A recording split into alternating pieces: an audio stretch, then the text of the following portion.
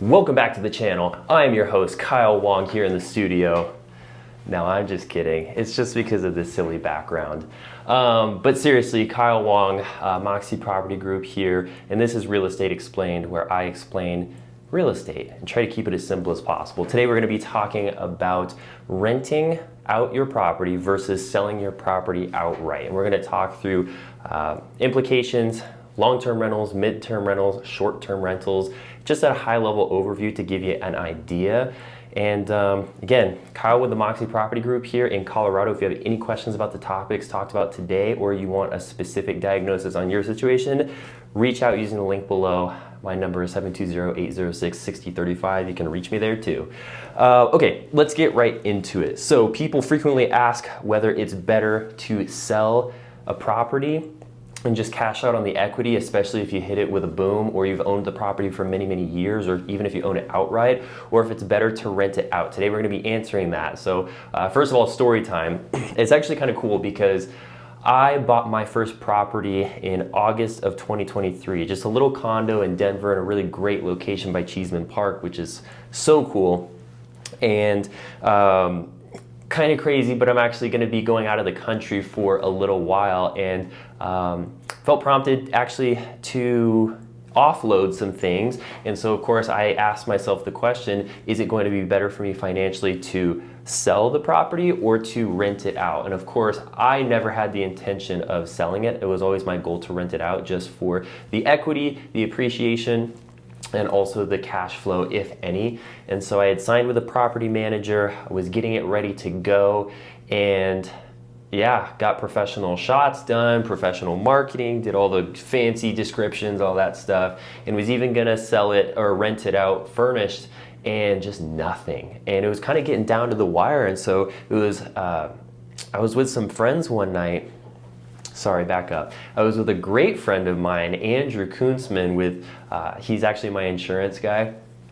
And he was like, well, why don't you Airbnb it? And I'm like, I can't, man. HOA doesn't allow short-term rentals. He's like, do a 30-day minimum. I'm like, oh, I didn't actually know you could do that. So I just kind of threw it up there, posted the photos that I had taken, whatever.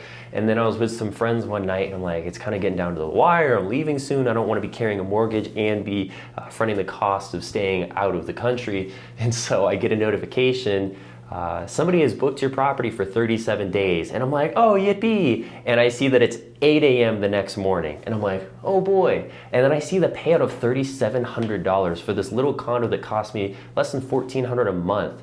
And I'm like, holy cow, what a blessing. I gotta go get packing. So I get packing, I get ready, and all that to say, it's possible, it's really awesome. I don't know how consistent that's gonna be. That's still kind of a recent development, but it's just so much more than the $1,750 or $1,650 I was expecting from my longer term rental. It's gonna be 6+ months or even a year-long lease. And so it's possible. I hear about it all the time. Could you probably get a bigger property for higher returns? Yes. I'm a pretty conservative guy though, and I can't afford a bigger house right now. So I simply have a little condo that I'm renting out, and it's awesome. And when I get back, I can just use it all the same. Just have a cleaner hired out in between tenants. Anyways, that's not what you're here for. Let's get into it. So first and foremost, selling considerations. So I have another seller right now who wants to go back to her home state, and she only bought in 2021, and 2023, January 2023. And so she was looking to sell, but she would face the issue of paying short-term capital gains tax, which, as many of you know, it's significantly more expensive if you sell, again, under that 2-year mark. So that's something to consider. The second big thing I would say is what's your equity? So if you have gotten into the house with a VA loan or something where you put very little or nothing down, and you go to sell your home, you may very well be upside down on the home, and it may cost you a little or potentially a lot of money. And tying into that is market conditions. So I know a lot of people who bought back in 1912, and they're like, oh, I'm cashing out on this house. Awesome. Of course, you're going to make a lot of money on that because you held it for a long time. Or even those who bought in 2017, 2018, 2019, and then sold in 21, 22, 23, and they made quite a lot of money on that, and they think that's the norm. That's not the norm. It's an awesome thing that happened, but I would not expect that going forward. But of course, when people got in and then they sold at the high of the market, buy low, sell high, right?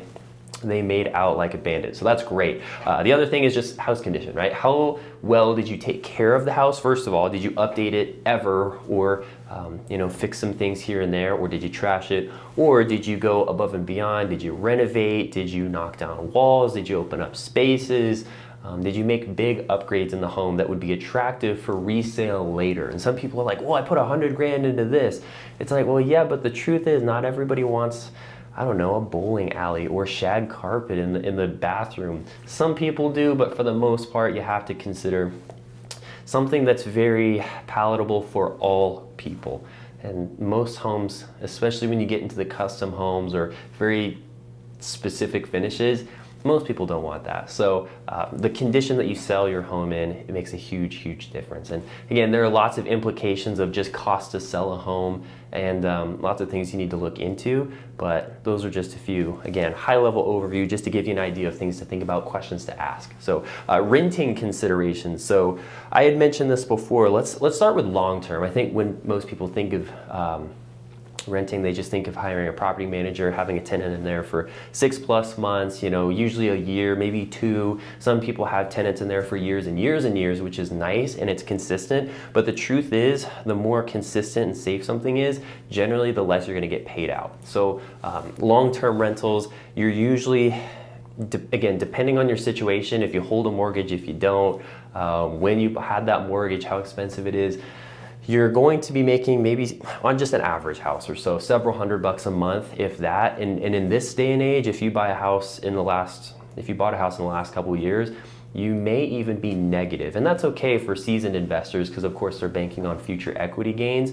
But people think, oh, if I just buy a property, I'm gonna get rich and retire off of it. You will not, you will not. And when people say it's a headache, just depends on who you hire, right? So if your property manager is good, they're gonna vet your tenants, or if you're managing yourself, would not recommend. If you're managing yourself, I mean, shoot, maybe if you have the time, go ahead. But if you're managing yourself, man, you can get all kinds of tenants, but depending on who you hire or how good you are, you want good tenants who take care of the property, who pay rent on time, who are communicative, and then same goes for you. You want to be a communicative landlord or property manager. But that being said, you're not going to get rich off one property. Property management is something you do in volume if you want to make any money. Midterm, if I'm being completely honest, I should have done more research. I can't remember what exactly. I think midterm is 30 days to 6 months, 30 to 90 days or so, maybe something along those lines.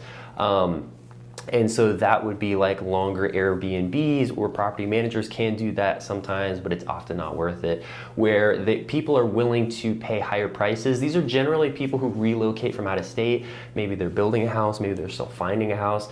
They know they want to be there, so they're willing to pay those higher prices, but they're not short-term rentals. So let's go into that too. So Airbnbs, VRBOs, Verbos, those are like vacation properties, right? Up in the mountains, down at the beach, staying at the city. And so you have to be much more selective with these properties because, and selective in the way that a long-term rental, even a midterm rental, and a short-term rental are going to attract two completely different people. So for example, if you're up in Breckenridge and you have a little condo, yeah, long-term rental might be good for you because there are still people who want to stay up there long-term, but it's also a huge vacation spot. And it's very seasonal, right? People obviously want to go up there to ski, they want to go with their families, they want to go with their friends, and so that's going to be a hot spot. So even just the difference between Colorado Springs and Denver, Denver is hotter and the highs are high, but the lows are low, right? So you have people who just want to move there for various reasons, whereas Colorado Springs a little bit more consistent. You have military, you've got several bases, you got Air Force Academy, you have schools down there, and you just have a lot more consistency with a lower price. And so maybe a short-term rental would not be as great down there unless you get up into the mountains, just because that's not necessarily a vacation spot. Denver, people come out of state, out of the country to Denver all the time. So you just have to pick and plan very carefully. And then also, how much risk are you willing to take on, right? Both have their ups and downs for sure. Long-term rentals absolutely have their risk, and I would just say different risk. But short-term rentals, you have more people in and out. You have higher operating costs just due to cleaning, just due to a lot of things, potentially insurance implications.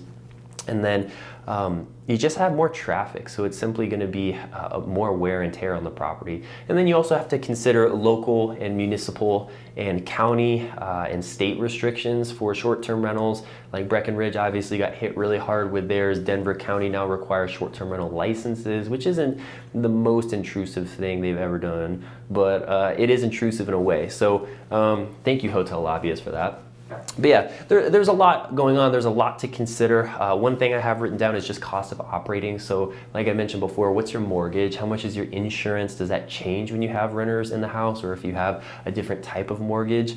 What are cleaning fees? Of course, you're going to be paying quite a bit more in cleaning fees for a short-term rental and mid-term rental versus a long-term rental. You just pay one and done between guests. So what is the holding debt? So for example, when people think of selling their home versus renting their old home, right? One thing you have to consider is when, for example, you have a home in one state, you relocate to another state and you go to buy another home and you still hold the first one, it still shows that you're holding the debt from that first home, unless you structure it differently tax-wise, and you can get fancy with it. But it still shows that you have a whole mortgage. I don't know, let's say $300,000, $400,000, $500,000, $600,000 mortgage, and so it looks like you're in debt a lot more than you necessarily are if it's being offset by a tenant. So that's something to consider as well. So you don't want to necessarily be tied up by a lot of debt if you're trying to get a new loan on something. Some tax implications, like we talked about.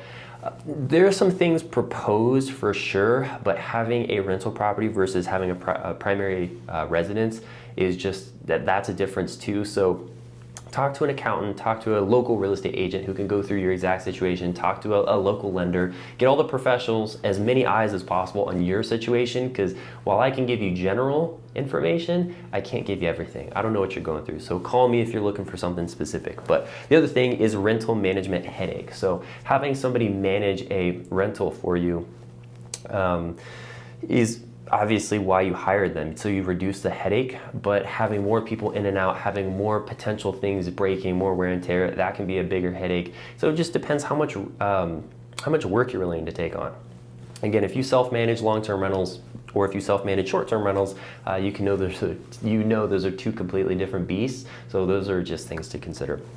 Also, cash flow versus equity. So when it comes to rentals, again, there's a high potential for high income in a shorter term rental, but there's also lower lows like we talked about before. Maybe a long-term rental is going to be more consistent. You have people in there for several months, several years, and you get good money, but you don't get as much as you would with a short-term rental. But who knows, it could dry up. You could not have a guest for several months. Who knows how it's going to be in your local market with your specific property.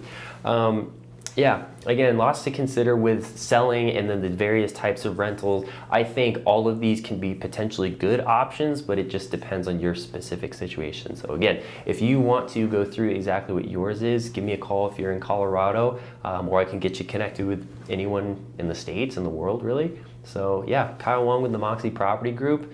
And if you have any questions, let me know down below. Thank you.